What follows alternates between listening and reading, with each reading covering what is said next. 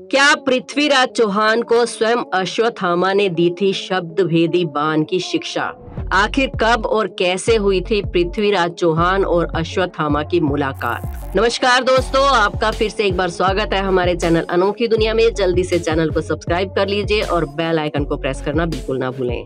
Video शुरू करने से पहले कमेंट्स में जय श्री कृष्णा जरूर लिख दें। भारत के अंतिम हिंदू सम्राट पृथ्वीराज चौहान, जिनका अजमेर की तारागढ़ पहाड़ी पर आज भी स्मारक बना हुआ है, लेकिन एक सवाल जो आज भी इतिहासकार उठाते हैं और आज भी एक मिस्ट्री है कि आखिर क्या सचमुच में पृथ्वीराज चौहान को शब्द भेदी बाण की शिक्षा स्वयं अश्वत्थामा ने दी थी। अश्वत्थामा के बारे में तो हम सब जानते ही हैं कि वो काल, क्रोध, यम और भगवान शंकर के सम्मिलित अंशावतार थे और आज भी वो इस पृथ्वी पर जिंदा है, क्योंकि 8 चिरंजीवियों में से वो एक हैं। हम ये भी जानते हैं कि अश्वत्थामा को भगवान श्री कृष्ण ने चिरकाल तक पृथ्वी पर भटकने का श्राप दिया था। कई लोग तो कहते हैं कि उन्होंने स्वयं अश्वत्थामा को देखा है और मान्यता ये है कि मध्य प्रदेश के बुरहानपुर शहर से 20 किलोमीटर दूर असीगढ़ के किले में भगवान शिव का एक प्राचीन मंदिर है, जहां सवेरे सवेरे अश्वत्थामा भगवान शिव की पूजा करने आते हैं। लेकिन सोचने वाली बात यह है कि क्या सचमुच पृथ्वीराज चौहान और अश्वत्थामा की मुलाकात हुई थी? तो इसके लिए हमें इतिहास के पन्नों में वापस जाना पड़ेगा। ये तो 100% सच है कि 1186 और 1191 में मोहम्मद गौरी ने कई बार पृथ्वीराज चौहान के साथ युद्ध किया और पृथ्वीराज चौहान की हर बार जीत हुई। ऐसा इसलिए क्योंकि पृथ्वीराज चौहान बहुत ही कुशल योद्धा थे। उन्हें बचपन से ही धनु विद्या का बहुत ही शौक था। बचपन से ही वो अपनी धनु विद्या में सबसे आगे रहते थे और उनके सभी गुरु उनसे बेहद खुश रहते थे। पृथ्वीराज चौहान ये जानते थे कि मोहम्मद गौरी हारने के बावजूद वापस जरूर आएगा और इस बार कई सारी विशाल सेना लेकर आएगा। ऐसे में उन्होंने रुख किया असीगढ़ के किले का, जहां की मान्यता उस समय से ही चली आ रही है कि अश्वत्थामा, जो कि महाभारत काल के एक महान योद्धा थे, वो आज भी इस धरती पर मौजूद हैं और असीगढ़ के किले में रोजाना भगवान शिव की पूजा करने आते हैं। कहा जाता है कि पृथ्वीराज चौहान ने कई बार अश्वत्थामा को देखने की कोशिश की, लेकिन वो हर बार नाकामयाब रहे। लेकिन एक दिन ऐसा आया जब अश्वत्थामा और पृथ्वीराज चौहान की मुलाकात हुई। कहा जाता है कि उनकी मुलाकात एक बुजुर्ग से हुई थी, जिसके सिर पर एक गहरा घाव था, जहां से लगातार खून रिसता रहता था। पृथ्वीराज चौहान ने उस व्यक्ति का घाव ठीक करने के लिए आग्रह किया। वो बुजुर्ग व्यक्ति मान गए। इलाज शुरू हुआ और 1 हफ्ते के बाद भी कोई फायदा नहीं हुआ तो पृथ्वीराज चौहान हैरान रह गए। उन्होंने अपने अनुमान के आधार पर उस व्यक्ति से पूछा कि क्या आप वही अश्वत्थामा हैं जो महाभारत काल के एक महान योद्धा हैं? इस पर उस व्यक्ति ने हाँ का जवाब दिया। पृथ्वीराज चौहान उनके आगे नतमस्तक हो गए और उनकी सेवा का प्रस्ताव रखा। अश्वत्थामा भी मान गए और इसी के साथ उन्होंने दिव्य अस्त्रों की भी मांग की। लेकिन अश्वत्थामा ने कहा कि दिव्य अस्त्र चलाने के लिए और उसकी विद्या को सीखने के लिए एक मनुष्य के शरीर को सूर्य के समान होना पड़ता है और उस दिव्य अस्त्र को चलाने के लिए ऐसे ही धनुष की आवश्यकता भी होती है जिसका भार वो व्यक्ति सहन कर पाए।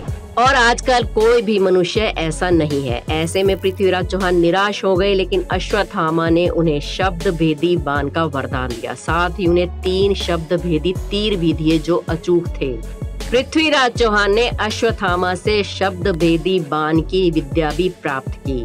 जब 1192 में मोहम्मद गौरी ने तराइन के युद्ध में पृथ्वीराज चौहान को हरा दिया तो मोहम्मद गौरी ने उन्हें पकड़कर यातनाएं दी, साथ ही उन्हें अंधा भी कर दिया। पृथ्वीराज चौहान के बचपन के मित्र कविराज चंद्रवर्देई ने मोहम्मद गौरी के पास जाकर कहा कि पृथ्वीराज चौहान को शब्द भेदी बाण चलाना आता है। वो अंधे होने के बावजूद भी सटीक निशाना लगा सकते हैं। इस अजूबे को देखने के लिए सुल्तान बहुत ही उत्सुक हो गया। गौरी ऐसी कला देखने के लिए इतना उत्सुक था कि उसने एक आयोजन रखा। एक ऊंचे मंच पर बैठकर मोहम्मद गौरी ने पृथ्वीराज चौहान को तीर अंदाजी से लक्ष्य पर साधने के लिए आदेश दिया और जैसे ही मोहम्मद गौरी के सैनिक ने घंटा बजाया, कवि चंद्रवर्देई ने एक दोहा पढ़ा। वो दोहा था 4 बांस 24 गज, अंगुल अष्ट प्रणाम, ताव ऊपर सुल्तान है मत चूके चौहान।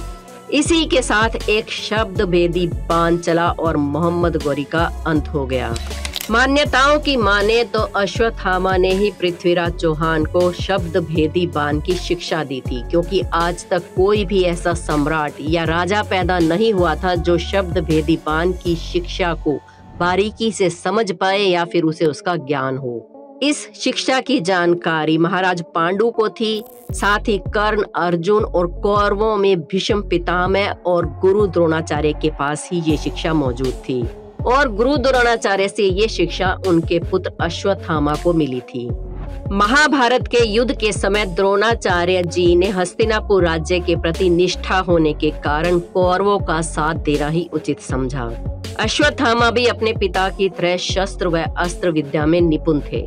महाभारत के युद्ध में उन्होंने भी सक्रिय भाग लिया था। महाभारत के युद्ध में कौरवों के पक्ष के वे सेनापति थे।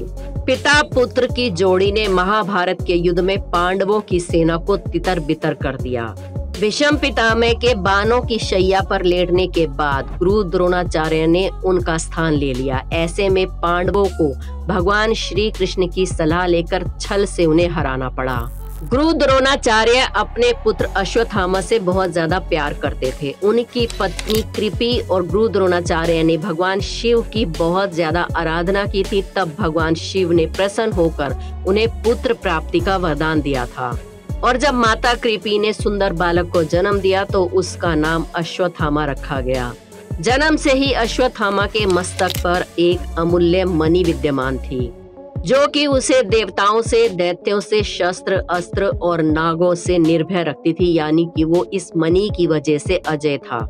महाभारत के युद्ध के समय अश्वत्थामा ने अर्जुन के पुत्रों की हत्या धोखे से की थी, इसलिए अर्जुन ने गुस्से में आकर उसे सजा देने के लिए उसके मस्तक से मणि निकाल ली थी और श्री कृष्ण भगवान ने क्रोधित होकर उसे श्राप दिया था कि वो इस पृथ्वी पर हमेशा भटकता रहेगा और उसके मस्तक से हमेशा खून और पीप रिश्ते रहेंगे।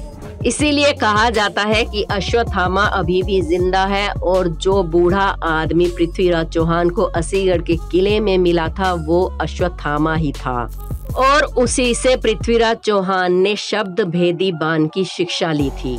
जैसा कि हमने आपको बताया कि गुरु द्रोणाचार्य को महाभारत के युद्ध में पांडवों ने छल से मारा था, इसी तरह भगवान कृष्ण के कहने पर पांडवों ने और भी योद्धाओं को छल से मारा था। अगर उस समय उन योद्धाओं को छल से ना मारा गया होता तो आज महाभारत का परिणाम कुछ और ही होता। और कौन कौन से योद्धा हैं जिनको छल से मारा गया, इस पर भी हमने एक वीडियो बनाई है जो कि हमारे चैनल पर मौजूद है। अगर आप इसके बारे में विस्तार से जानना चाहते हैं तो जाकर वो वीडियो जरूर देखें। आज की वीडियो के बारे में आपका क्या कहना है? क्या सच में ही पृथ्वीराज चौहान ने अश्वत्थामा से शब्द भेदी बाण की शिक्षा ली थी या नहीं? आप इस बारे में क्या सोचते हैं? हमें कमेंट्स में जरूर बताएं। वीडियो पसंद आई हो तो एक लाइक जरूर करें। हमारे चैनल से जुड़े रहने के लिए अनोखी दुनिया को सब्सक्राइब करके बेल आइकन को जरूर प्रेस कर लें। कमेंट्स में जय श्री कृष्णा लिखना ना भूलें। कल फिर मिलते हैं एक और वीडियो में। जय श्री कृष्णा।